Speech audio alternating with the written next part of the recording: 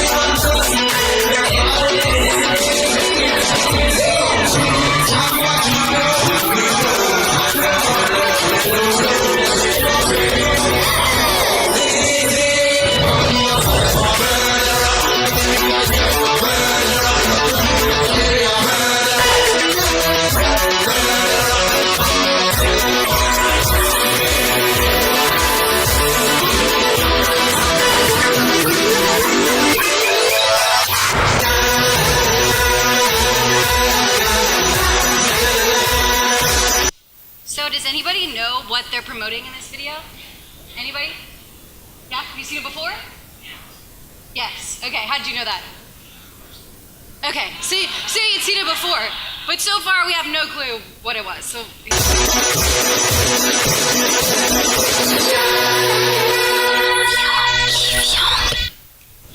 Alright, so I'm going to start with that one because it's hilarious and I wish I could dance like those kids. But two, this kind of changes the idea of the way we think of video, content video marketing.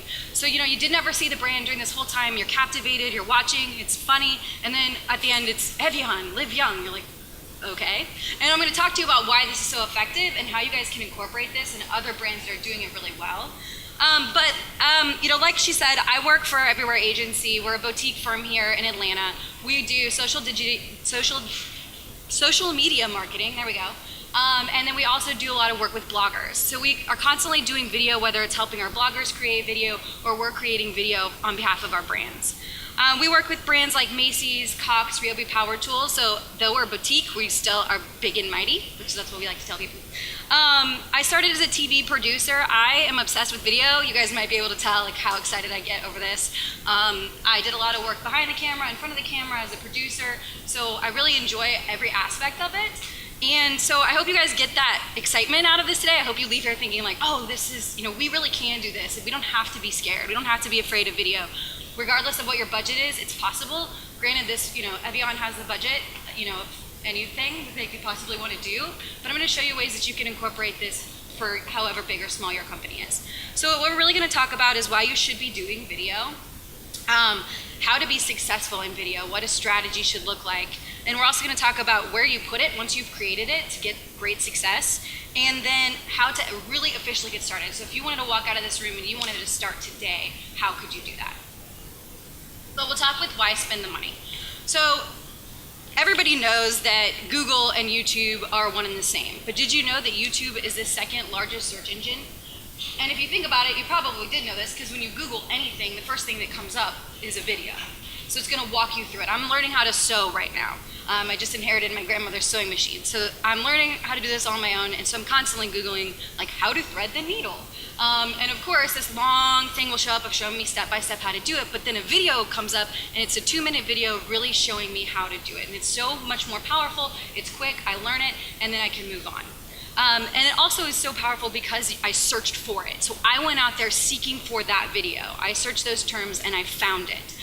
So that's what's so great about it. It's just a great way to search. And video has so much metadata built in the back end that you can program that in to help people find you. So that is one of the best things about video, is there are simple ways to do it and it's a great way to be discovered.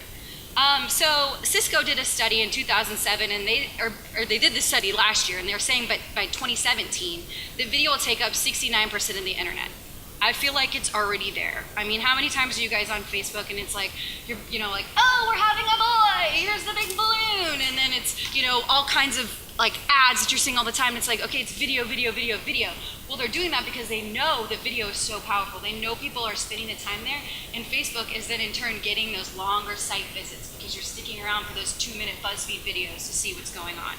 We also know they get more engagement, so people are sharing them via social, whether they're retweeting it, they're liking it, they're sharing it with their friends. It's the highest, most interactive post that you'll find on social media. So whether it has a picture, which we used to say pictures were the way to go, but now it's all video. So you could have a video with no copy in it at all as a Facebook post, and it'll still behave really well. The other thing is, this is probably what you guys would most be interested in, is that if people watch videos, they're 85% more likely to make a purchase. So let me repeat that, 85% more likely to make a purchase after watching a video. So even though Evian, it really didn't tell me anything about the water or why I should be drinking it, I mean, maybe it makes me look young, but it was fun and it was entertaining and made me feel good, right? I mean, it's like, okay, yeah, I can get up there, I'll drink Evian, and I'll dance like those little babies. It just made you feel good. That's the whole mindset with video. It's changing that pushing in your face and really pulling people in and sparking interest. So really, what makes video so powerful? I showed up to a place I'd never been, and there was a guy with a drafting board. We couldn't see them, they couldn't see us. I didn't know what he was doing, but then I could tell after several questions that he was drawing me. Yeah, intrudes a little bit, especially when I smile. My mom told me I had a big jaw. Kind of have a fat around her face. The older I've gotten, the more freckles I've gotten. I would say I have a pretty big forehead. Once I get a sketch, I say thank you very much, and then they leave. I don't see them. All I had been told before the sketch was to get friendly with this other woman, Chloe. Today I'm going to ask you some questions about the person you met earlier, and I'm going to ask you some general questions about their face. She was thin, so you could see her cheekbones. And her chin, it was a nice, thin chin. She had nice eyes. They lit up when she spoke. She had blue eyes, very nice blue eyes.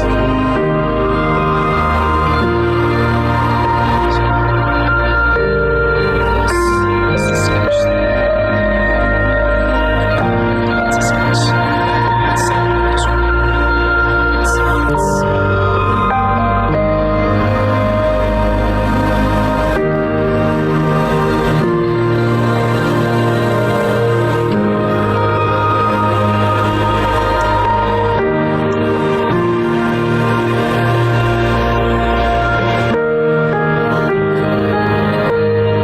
She looks closed off and fatter.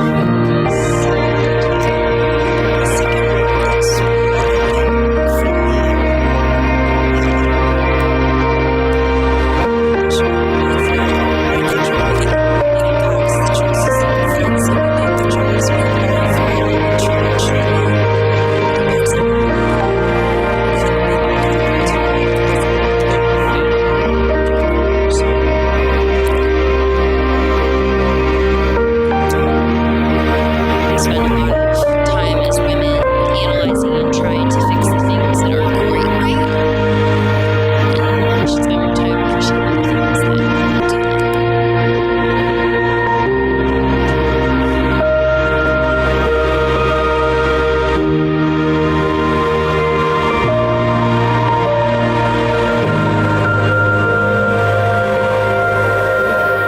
Right, not to make anybody cry early in the morning or anything. But having a great plan is what makes a video so powerful. So double it into that, thinking they really wanted to change perception. Excuse me, they really wanted to attack something that they saw as a problem. And that is the way that women feel about themselves. Yes, is this better? Okay. And so what they did is, they started off with a great strategy. So really making sure that you understand your strategy. Maybe it's your goal is to increase awareness. Maybe it's to increase sales.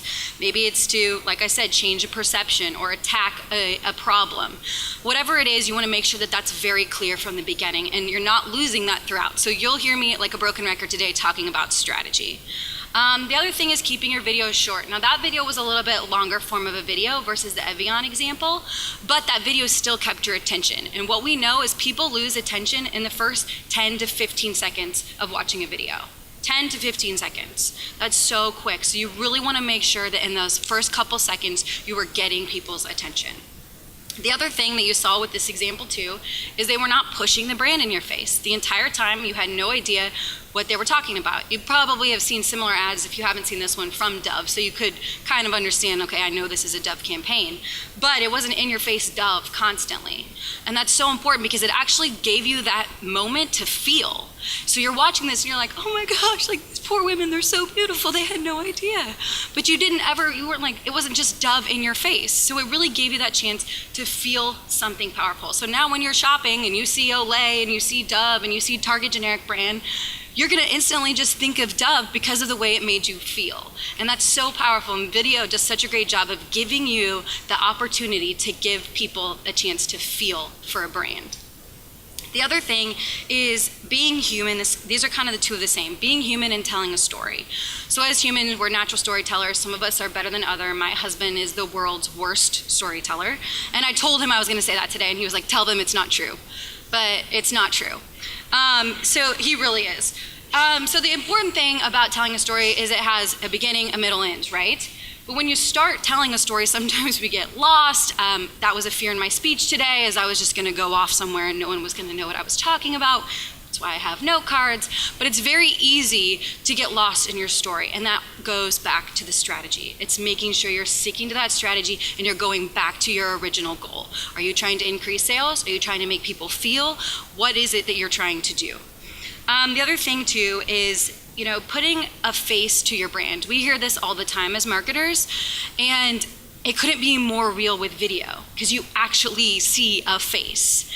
You can actually see and interpret what you want people to feel like. Evian, they wanted you to feel young when you drink their water. Did they flat out say that? No, but they showed you that it was really fun. They showed you how good it could make you feel. For Dove, it was all about making you feel empowered and making you feel beautiful. That was their entire purpose, and it really gives them a personality. It gives them a face. So now what? Now you have an idea of what you want to do with video, but where do you put it? Because a Super Bowl ad is maybe not in your budget, or even just a 30-second TV spot isn't in your budget. Well, fortunately, social media is a great place to put that. Social media is not free. That is a myth. You still have to pay to get your videos seen. You have to pay to get anything seen on Facebook in particular. But it's very affordable and it's inexpensive. And so there are ways to make it happen. For Facebook in particular, and I keep pushing back to Facebook because it's very video oriented. You guys are noticing Facebook changing and really adapting into this whole video world where videos are automatically playing as you're scrolling through your feed now, and they're trying to get those 10 seconds in your face before you have a chance to scroll past to see your next best friend having a boy video. But what they're doing is Facebook has also noticed that they want you to live in their page. They don't want you going to YouTube. That's their competitor. So what have they done? If you embed your video into YouTube, it's actually going to get you more eyes on it versus bringing in the URL from YouTube. I'm sorry, did I say that backwards? If you embed your video into Facebook, it's going to get more eyes on it. If you bring the URL from YouTube, Facebook is automatically going to say, I know what you're doing. You're trying to get people to go somewhere else, and we don't want them going there. So if you can create it and put it in both places, go ahead and put it on YouTube, but you want to actually embed that body into your Facebook page in order for it to do well. The other thing is knowing your audience. Know where your audience is. It's not just about knowing that you're going after millennials, but it's actually going where the millennials are. So for example, I found this to be really interesting, but General Electric, they wanted to go after the younger audience, okay? So they hopped on Snapchat. And you're thinking, what in the world is GE gonna do on Snapchat? Okay, so they thought, what would this young audience be interested in? And they're thinking, okay, science. We could really push science on these kids. How can we make science seem cool from a brand? So I would encourage you guys to jump on and check out GE on Snapchat. And I don't work for them at all. I'm just this is a great example. But what they do is they do a lot of fun science things. So they'll do science-based brain teasers or puzzles or fast facts and fun facts. What they're trying to do is just engage that younger audience interest in science and hoping that they continue to keep building that interest and then eventually, become customers of GE, which is it's a very interesting approach, but that's what we're seeing a lot with video marketing, is how you can get in, get people excited, make people feel, and then eventually that will in turn into some money. Again, keep to your strategy. I can't say it enough. Keep to your strategy.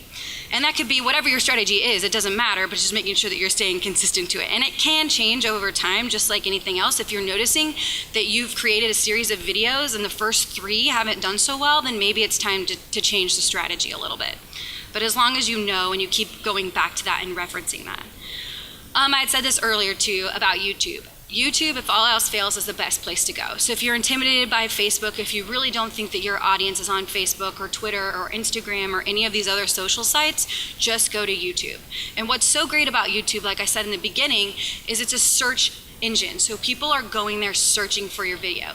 If you post it in Facebook, you just kind of hope they stumble upon it. And we know the way Facebook's designed, it's kind of forcing brands away from that. Unless you're putting ad money behind it, they're not really giving you a chance for people to see your videos. So YouTube doesn't have that as much, so because it's definitely designed for more search. So it's how great are you at SEO and how great are you at putting in that metadata and naming your video in ways. And I can talk to you guys about that later if you guys are really curious how you should be naming your YouTube videos. I'm more than happy to help you with that. But just know that's a great place to go. And the other thing is, tell people you created a video. If you've posted the video on YouTube and you never tell anyone, no one's gonna watch it. Even if you have great search in there, they're not gonna know about it. So make sure you're getting the word out, and that can be via social, that can be, some of our brands even put it in their email signatures, and they actually embed the video in there, or they add the URL and say, watch this link, and then they carry their story that way. So every time they're sending out an email, they're letting people know that they're there. And what it's doing is it's linking back to your YouTube page, so now they can see all the videos you've created, and hopefully they just get lost watching piece after piece after piece. And that's another thing, if you guys are curious how to get people to stay on your YouTube page, I'm more than happy to talk about that with you later. So these are a couple examples, and I noticed that I was starting to pick a lot of examples from really big brands with really big budgets. And I do have I have one example that shows you how a smaller brand is doing video marketing really well. But I really want to watch this one really quickly.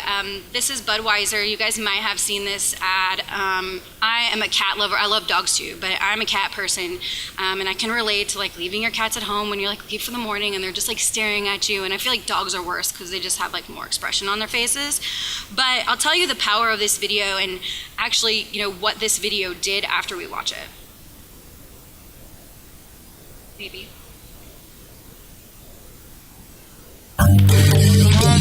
You really were meant for love. A lifetime is not long enough to show you what you mean to me. I'll be waiting for you when you come home to me. Hey everybody.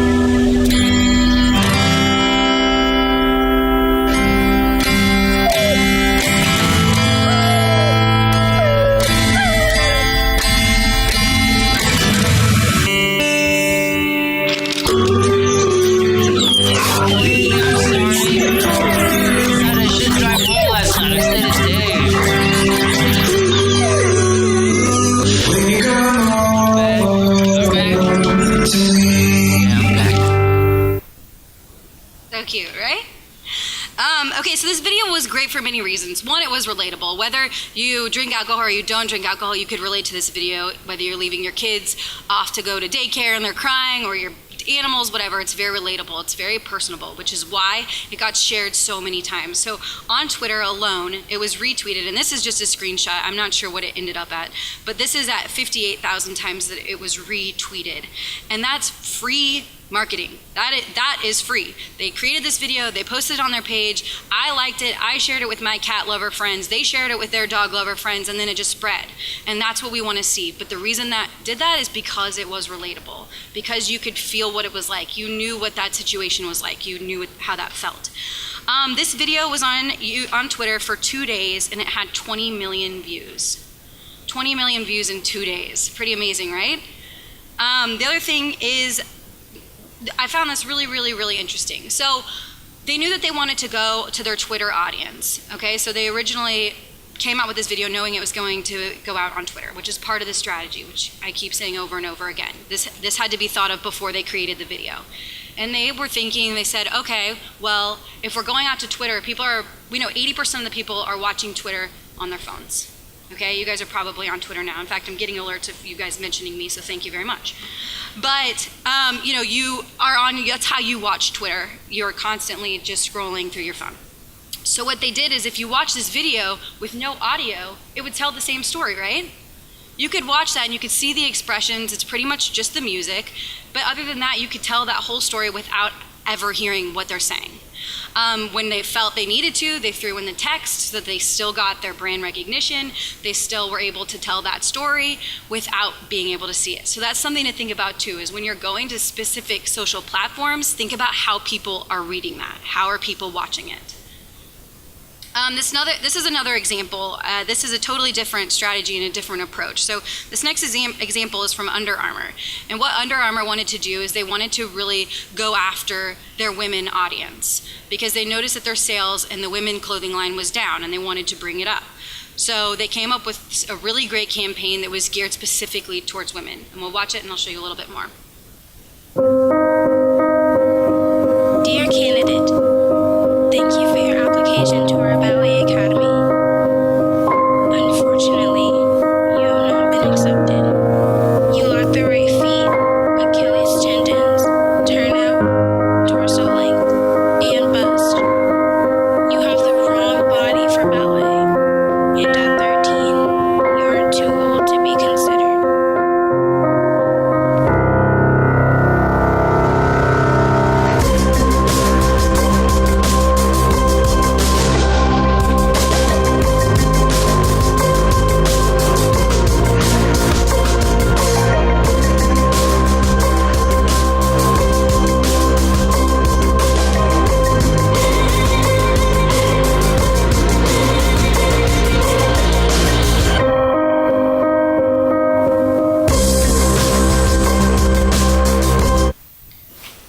First of all, her calf muscles are insane. And I feel like maybe that's why this video did so well, but I don't know. Every time I watch that, I'm like, oh, seriously? She's pretty amazing. But what they did is they went after their women audience, which is very clear here. You guys have probably seen this before. It was all over Facebook. Gisele Bündchen also did one where she was doing some boxing. So they really tried to go for these really powerful women and shine them in a light that maybe people, one, didn't think they would ever be in, or two, you don't really think of Gisele as like a big fighting boxer. But what this campaign did via video, it boosted their traffic to their site, to the women's line, by 42%. And they had a specific site that they were directing people to.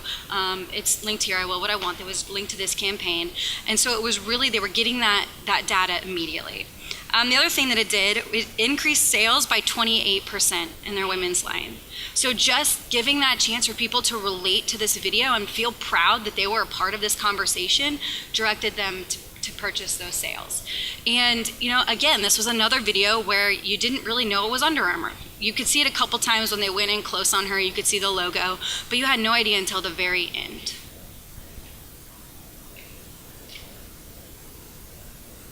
All right, so I hope that I have kind of excited you guys, and you could feel the energy that I have towards video and how excited I get when I talk about it, to start thinking about ways you guys can include this into your marketing strategies and into your businesses. So if you wanted to start tomorrow, okay, you wanted to walk out these doors, you're like, I am ready, I can do this, then this is what I would suggest. Start with your research. Start there first. So look at your competitors, look at friends of yours, look at people selling similar products, similar services, and see what it is that they're doing. And the great thing about social media is you can go on and look and see how successful they are. Go look at their YouTube page. What videos are people commenting on? What videos are people watching? And really see the views that they have on their page, and then you can start incorporating some of those ideas into yours, or don't incorporate the bad ones.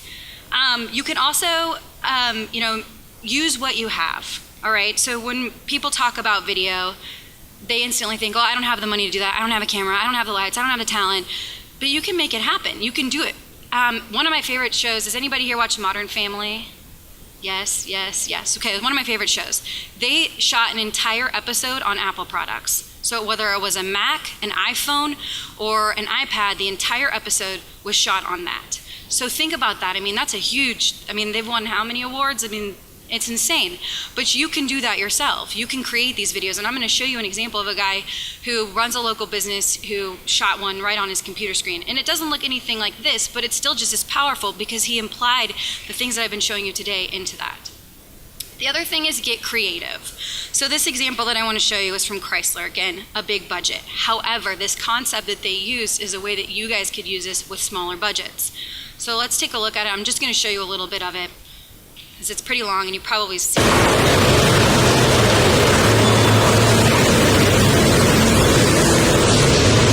And on the 8th day, God looked down on his planned paradise and said, I need a caretaker. So God made a farmer. God said, I need somebody willing to get up before dawn, milk cows, work all day in the fields, milk cows again, eat supper, then go to town and stay past midnight at a meeting of the school board. So God made a farmer. God said, I need somebody willing to sit up all night with a newborn colt and watch it die, then dry his eyes and say, maybe next year. I need somebody who can shake an axe handle from a persimmon sprout, shoe a horse with a hunk of car tire, who can make harness out of hay, wire, feed sacks, and shoe scraps, who planting time and harvest season will finish his 40-hour week by Tuesday noon, and then painting from tractor back put in another 72 hours. So God made a farmer. So I'll stop it here. So, and this video is quite a bit longer, but it's telling the story about a farmer, obviously. But do you notice there's no video here? It's just a series of pictures strung together, and it's very affordable. It's such a great way to tell a story if you're a little fearful of jumping into video right away, or maybe you're just like a one-man shop and you don't want to be in front of the camera. Whatever it is, this is such a great way to incorporate, to get involved in video in a very simple way. All it is, some great pictures. You could take these on your iPhone. You could edit them up a little bit if you feel. There's several free apps that help you do this. And then stream a series of information about your brand. Maybe you're telling a great story like this, and put it together and you have a great video that's affordable. This other example I want to show you is the one that I've been talking about that's really low budget. So this is a company called Optimal Run, and they're out of Richmond, Virginia, and they sell running shoes. I just found them as I was doing research for this because I really wanted to make sure that I wasn't just showing you, Dove campaigns and Budweiser campaigns. We all know those are really great. But this guy, what he does is his strategy isn't about really telling stories, but it's being a thought leader. He's really wanting to make sure that people come to him for the information that they need to know about running shoes. And I recently went through this myself. I thought I was going to be a runner for about 2 days until I bought running shoes, and I ran, and then I was like, never mind. But I went there, and they have you like run on this machine, and they watch the way you run, and they do all this stuff. I had no idea. There was so much behind running shoes. But this guy obviously does. So I want to show you a little bit about how he does his videos. What's up, Chris? This is Patton from OptimalRun.com. Thanks a ton for your question about selecting the best Merrell road running shoe. We've got some really awesome options for you. The first one that I'd mentioned in the email was the Merrell Bare Access. So this is going to be a completely zero drop shoe, no difference between the height of the heel and forefoot. And there's a couple other things that are great about this. Okay, so I'll stop it there because I have no idea what he's talking about. Unless you guys are avid shoe runners, this might make sense to you. But the point is, the people who shop there, they care about this. In fact, they were Googling it and they were researching it before they purchased their shoes, and then they found this guy. And he starts off with the video with, "Thanks, Chris, which is actually one of his customers that reached out to him and said, hey man, I don't know what kind of shoes to get. And he was like, oh, well, if you're asking this video, I'm sure, I don't know, maybe 13,000 other people want to know what that is. So he created this video, and I kid you not, 13,000 people have sat through this video because they care that much about running shoes. What's great about it for Optimal Run is now every time they want to buy their new shoe, they run out of this one, they need new ones. Is anybody here a runner? Okay, so you buy shoes a lot, right? Okay, and then they bring out new ones all the time too. So you always want to you usually stick to one brand, but then you okay. And so, as it changes, you're wanting to know, should I upgrade to the new one, or do I keep the one that I had before? What are my options? And he really does a great job of honing in on that and talking directly to his audience, and then also giving opportunity for people to find them. I was not an avid runner, but I did Google things like this in order to see what shoe I needed to buy. So that's a great way to do it. Very low budget, but still very efficient marketing. Right, I can't believe it. I talk really fast. That's probably why it went by so quickly. So I am going to give you guys a chance. I'm going to answer some questions. If I'm sped through something you didn't hear me, or if you guys have any thoughts, I'd love to hear them. But something that I want to end on today is exactly this idea of what I started off with, which is this whole idea that people are smarter than ever when it comes to digital, because we are on it all the time. All of you are on your computers, you're all on your phones, you're all on your iPads, you're in front of your TV screen, you're constantly in front of this. We are always seeing information thrown at us. But what we really want is a good story.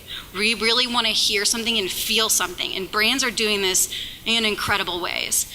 This last video, it was a very effective video, but it really is mocking this whole idea of what we're used to seeing when we watch TV, where we're just constantly seeing things thrown in your face all the time. And it's we get it. We're not monkeys. We know we can think for ourselves. And that's what great storytelling does. That's what great videos do, is make people, again, feel so they can make the decision on their own, whether they appreciate what Dove is doing in their campaigns or maybe they don't. But that's the power of it. So I want to end on this video. This is exactly what you should not be doing. Something to celebrate the new home. Oh, Newcastle Brown Ale. Hard to believe we met on Match, and a year later we're moving in together. They're Armstrong flooring. Oh, you know what else I love? This Gladiator GarageWorks Chillerator Refrigerator. It's tough enough for the garage, but it's stylish enough for the home. I'll find a repairman on the YP app. Easy way to connect with Grateful That phone looks as great as my jockey boxer briefs feel. Well, it's from Boost Mobile. Uh-oh. Come to data. May not be using it for something. Bedding. The choice for the discerning bed and bath customer. Mr. Cheezo, the crunchy on-the-go cheese snack. Hashtag gluten-free. Hashtag veggie. Rotel, zesty blend of diced potatoes. Conquer the toast cup with brownie paper towels. Northern hot tomatoes. Dixie plates.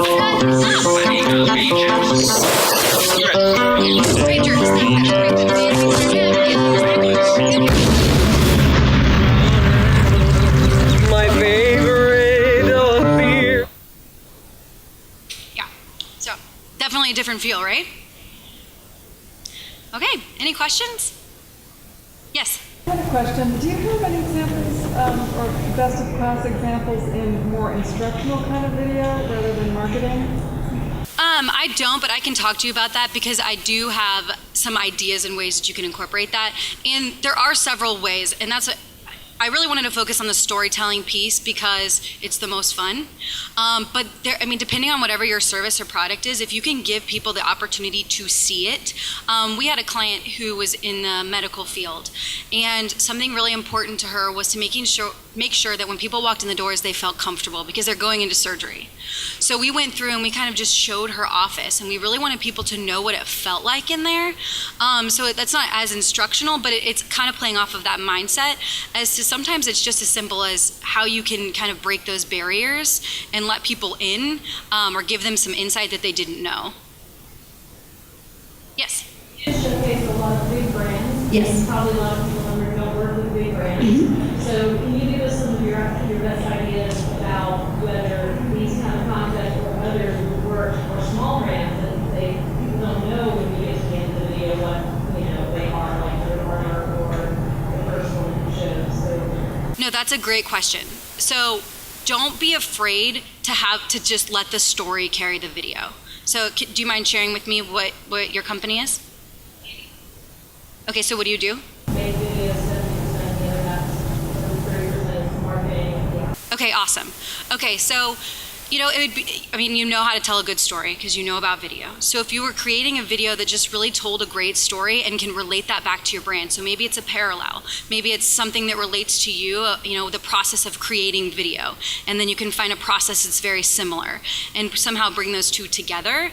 But it's thinking outside, and I hate saying this, but it's thinking outside of that box of how am I getting my brand out there, but more thinking how can I tell my brand in a story, and it takes longer. It takes longer. So you're gonna have to create a little bit more videos, create a series. Did you have a follow-up? No, that was good. Yes. It's interesting because you get stories about how the piano guys are running, and then how it was something that everyone knew about, but no one knew what it was. It wasn't a good ad. And it just occurred to me as I was listening to you, maybe the big difference is that now you can tell the story, because at the end of the story is action. You don't have to do too much to get across, because you have the next thing you want them to do, which is go to the site, Under Armour, or go somewhere, do something. And so in the digital world, you don't have to grab them at the point in time of keeping in their head what you played it. Right.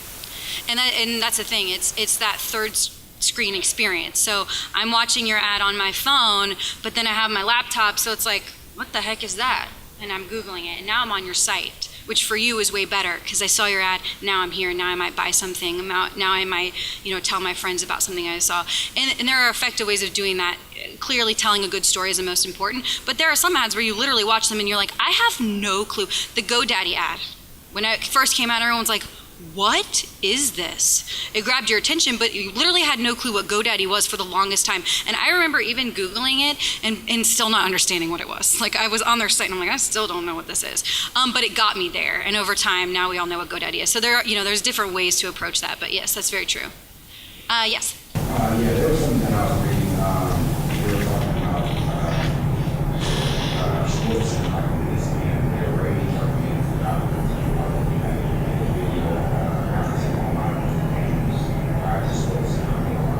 So do you feel like eventually the visual videos they will be more valuable than television content or television? I love this question. Is anybody familiar with CNN Go? Yes, no, kind of, a little bit. Okay, so it's only been out for a couple months. That's where I came from. And basically what CNN is doing, and I envision this happening, this is how we'll watch TV, is very similar to SportsCenter, how you have that rundown on the side, you know what's coming up next. They're supplying you that, but you can actually interact with it. So if you don't like this conversation, and there's live TV feed going on too, you can skip around, you can go back, you can watch something else. Meantime, the live video is still recording. It's also supplying you with other digital content. So it's supplying you with tweets, it's supplying you with Facebook posts, it's supplying you with other articles or photo galleries. So I don't think it's going to go away. What I think it's going to do is it's going to integrate. It's going to become, I mean, we see this with smart TVs, with the idea of a smart TV. So I really think it's all going to become one space, and we're still going to be able to use all of our, you know, things that we're obsessed with in the meantime, but it's TV is going to bring all of that together. Yes? So I think you showed some awesome examples. Thank you. I think we can help all of you examples of great video. I love your product. I have a client and they're a medical company and they have these series videos that usually helps in a day. And they're really too long, like 5 minutes. Here is blah, blah, blah. So how do I guide them to take these videos and not to throw them out, but to help them figure out how to make them look at they're more engaging. Right. People want to watch them because I couldn't get through 2 minutes of them. And that's a challenge because a lot of brands, especially smaller brands, that, you know, their money is so valuable, they can't just throw away a couple $1 million and like, oh, let's test this. So it's that convincing process is tough. It's let it know, like, oh, we don't want to throw your brand everywhere. We want to tell a story. And you're like, what? So that is a big challenge. I would say definitely take a look at those videos and try to get them down to a minute and a half if possible. And it's hard for me to tell you without looking at them, but even if it's not a story, but maybe it is more instructional, or maybe it's just giving people an opportunity to understand what it is they would experience when they go there or when they get that service, it would still be valuable, but make sure it has a purpose. If it's somebody talking for the entire 5 minutes and it's just a talking head, It's not going to get any interest. But you can also overlay that with other image. So if you have other B-roll options, if you have pictures, and you could go out and do those pictures on your own and incorporate them with the audio from the old video. So you can get creative there to make that work, because I'm sure they spend some good money on that and they don't want to throw them out. Yes, in the back. You mentioned some Apple apps that were good for video editing. Sometimes I'm like jumping into, Adobe stuff. They're huge video editing software, and I think it's like overcomplicated. So do you have any like specific ones that you can think of off the top? Yeah, so you're using Mac? iVideo. So when I was shooting video all the time, I was using Final Cut Pro, which is one of the biggest and best. And they did an upgrade, and it's pretty much the same thing as the free software that now comes on your computers. It's a great place to start. And I can, if you have specifics on that, I can kind of help you with some of that. But video software can be challenging, but the free stuff is very simple. There's a lot of limitations, but it's pretty much cut and drag and just kind of pull where you want it to go. So I would just stick there and stay in that lower realm, and you can find some success there. Yes. In this same vein as the last two questions, those of us who don't have a lot of experience doing video, but for budget reasons, really need to do it ourselves. Are there good resources you can point out to understand better the technical aspect? For example, the shoe video that you showed, he's completely at the dog. Right. I mean, I even know. Yeah. But, are there tips and tricks, I guess is what I'm saying, not to delve all the way? Sure. Talk to me afterwards, because I have very specifics that I can help you. But something to keep in mind too, and don't be fearful of video in the sense that because we know that all of us are shooting video with our phones now, this, mindset of it needs to be perfect and I can't see him, so I'm not going to watch it is not the case. 12,000 people or 13,000 people still watch that video, and you could barely see that guy. Granted, just to cut the guy some slack, it looked better on my computer than it did up here. So you could actually see him a little better. He's a very attractive man, which did help. But don't be so afraid of that. If you can hear and you can see, that's the most important thing with video. If you can't see well, it's all right. If you can see good enough, it's good. Yes? Comment on animation versus video. Because a lot of times, if you don't have a big budget, you can use programs that can build little stick figures around animation. Animation versus. So the reason I didn't show any animated pieces, bad ones are bad. They are bad. The last video I showed, that's not a great video, but it was good in the sense that it still gave you some information. Animation is expensive and it's hard. It can be done well, but it takes a lot of time. It takes a lot of time. If it's something you're familiar with and then I would say go for it. But honestly, a series of pictures to tell a story would be much easier and much faster and get you the same results. Yes. Can you talk about different platforms of appropriate video to make a 3-minute video? If you want to put something on Vine or on Twitter, et cetera. Can you talk about a good example of how you put something on YouTube, Facebook, Twitter, Vine? Sure. Snapchat, yeah, sure. So I would say, and it all depends on the video, because it kind of goes, and that's what I was trying to get at when I was saying, you have to understand how people are going to be consuming that versus where you put it. So we know when people are watching Facebook, typically they're supposed to be working, so they are sitting at their computer, they're a little bit more focused. But you also have to understand the audience. It's primarily women.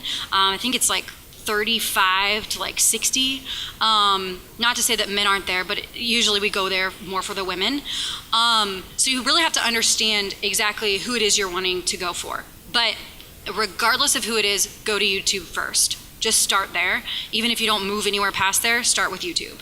And that's just because of the great search feature that YouTube has. And then it also kind of creates a nice database for you where you always can store all your videos there and people can find you. Depending on where you want to go from there, it depends on how you shoot your video and what your strategy is. So each platform has a separate limitation. So sometimes what I suggest is people shoot differently for different platforms, because you could tell a story in 2 minutes on YouTube, but you can't really tell that same story that same way in 15 seconds. You could do a teaser, that might be a way around it. Under Armour did a lot of great teaser videos where they just kind of showed the ballerina dancing, and then a slate came up and told you where to go to see the rest of the video. So that was kind of playing off of what you were saying. I was like, wait, what's going on? So there are different ways to do that, but it definitely depends on your audience and the time you have and the series of videos you want to shoot. Yes. You could run some ads on this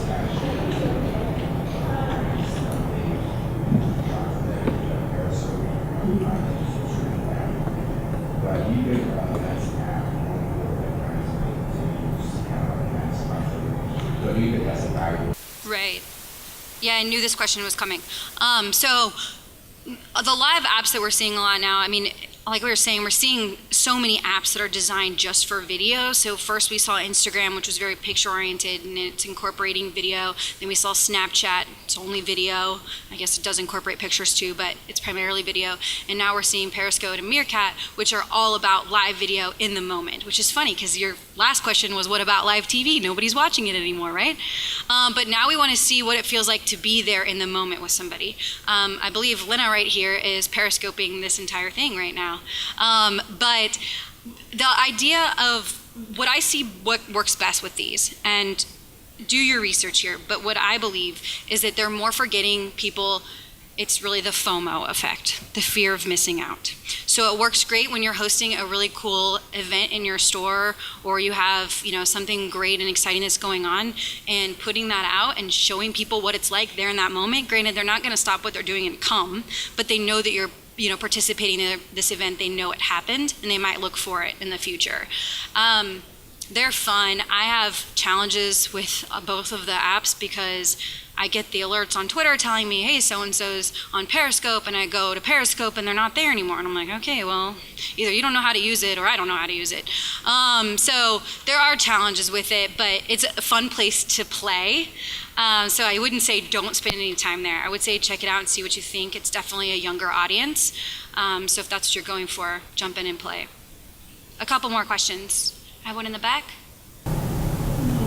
Same question? Can I respond to that? Yes. I really think Periscope is awesome, super cool, and I think another way I'm seeing a lot of people, I follow use it as group thought leadership. So I follow a lot of like enormous bloggers and writers, and they're jumping on a scope on a specific topic and talking about it for 5 to maybe 15 minutes, taking questions, and really people who follow them, I think, feel really connected to them because they're answering their question live.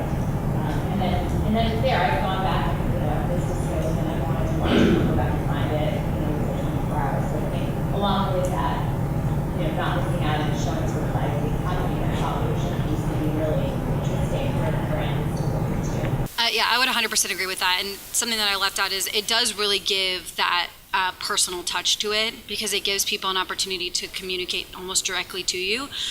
So that, I mean, that is what's really nice about having that live aspect, because on YouTube or Facebook, we do that same conversation through comments and it's just not the same. Whereas if we can really respond directly to a situation immediately right away and people get to see you and your natural response to it, I think it is much more powerful. Anything else? Well, thank you guys so much for coming. As you can tell, I really love this. I hope that you guys aren't fearful of jumping in and getting in video. It sounds scary, but it's really not. And if I can answer any of your questions, if you guys have specifics about editing, anything like that, I'm happy to help you guys. I know lunch is after this, so I have some time, and I'd be more than happy to help you guys. Thank you.